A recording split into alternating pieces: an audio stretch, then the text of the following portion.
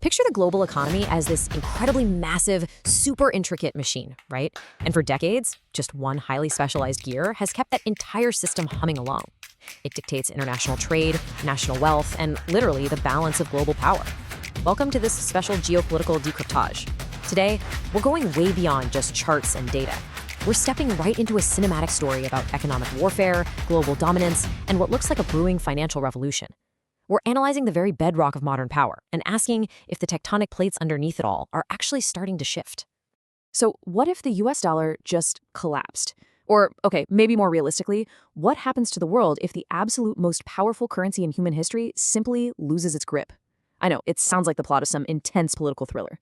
But here's the thing. Global financial experts and national defense departments are actively wargaming this exact scenario right now.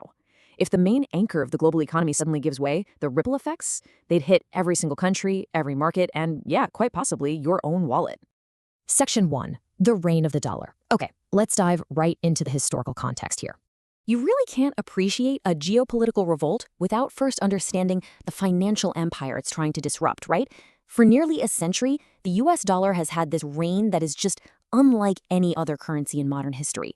Think about the sheer scale of it. We're talking about one single dominant currency driving the vast majority of global trade. Whether a tech company in Japan is buying minerals from Australia or a European country is importing food from South America, that transaction is overwhelmingly priced and settled in US dollars. Following World War II, the US used its massive economic output and deeply regulated markets to make the dollar the undisputed king of trade, the world's ultimate safe haven. Section 2. Oil at the center. Now, the dollar's absolute dominance wasn't just built on trust. It was strategically, brilliantly anchored to the most critical physical commodity on the planet. To really grasp this thriller, we've got to talk about oil. The master key to this whole system is the petrodollar. Back in the 1970s, a hugely strategic agreement was made, where the world's largest oil producers agreed to price and sell their oil exclusively in US dollars. Think about how genius that mechanism is for a second. Every country on Earth needs oil to function. So if you need oil, you fundamentally need dollars to buy it.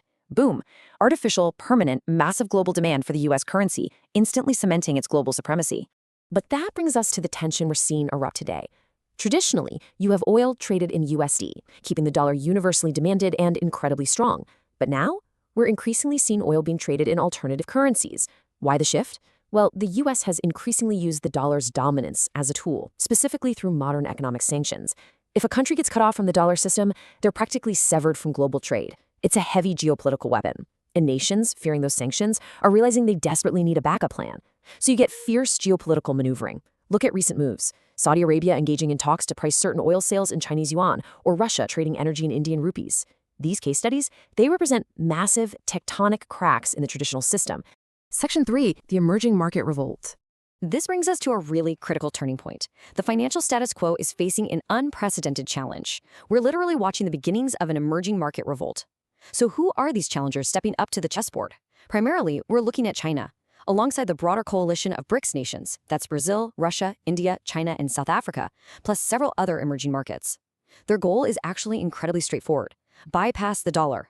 They are actively trying to build alternative financial systems, new payment networks, and bilateral trade agreements using their own local currencies. Impartially speaking, their motivation is simply to insulate themselves from US economic leverage and build a multipolar system where they aren't totally tethered to Washington's policies.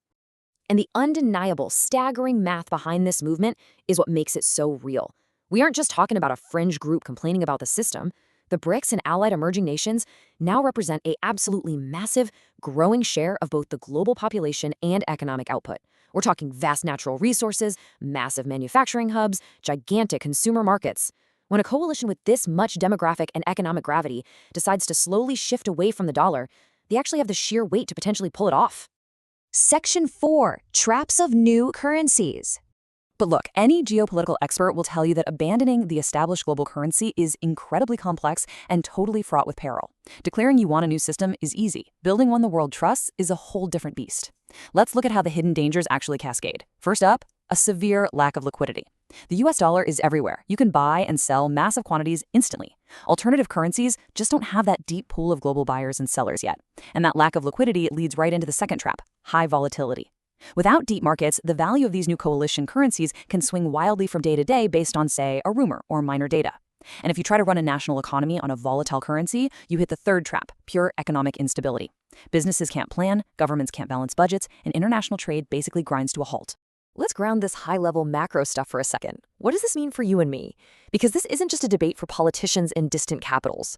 Shifting currencies fundamentally disrupt everyday prices. If the global system fractures into competing currencies, the simple cost of importing and exporting goods shoots up due to financial friction and exchange rate risks. For everyday people, that translates directly to higher prices at the grocery store, way more expensive fuel for your car, and potentially rampant inflation. The global economy thrives on the smooth, predictable flow of capital. Disrupting that, it has very real, very painful consequences for citizens all over the globe. Section 5. What global economic future?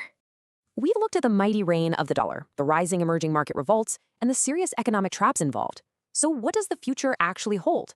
We're essentially looking at two highly distinct possibilities. In the first scenario, the status quo prevails. The dollar stays dominant. Despite the massive challenges and the rise of BRICS, the sheer convenience and entrenched stability of the US system simply proves too strong to replace. The world might complain, but they keep relying on the dollar. But in the second scenario, we see a massive global shift, a multipolar currency system. The dollar doesn't vanish, but it loses its absolute monopoly. We'd see a world fractured into distinct currency blocks, where the dollar, the euro, the yuan, and maybe a new BRICS currency all share the stage. It would fundamentally rewrite the balance of global geopolitical power. As we wrap up this decryptage, here's a final provocative thought to chew on. Is this the beginning of a completely new economic era? We're living through a moment of profound geopolitical friction, watching a slow-motion tectonic shift in how global wealth and power are controlled.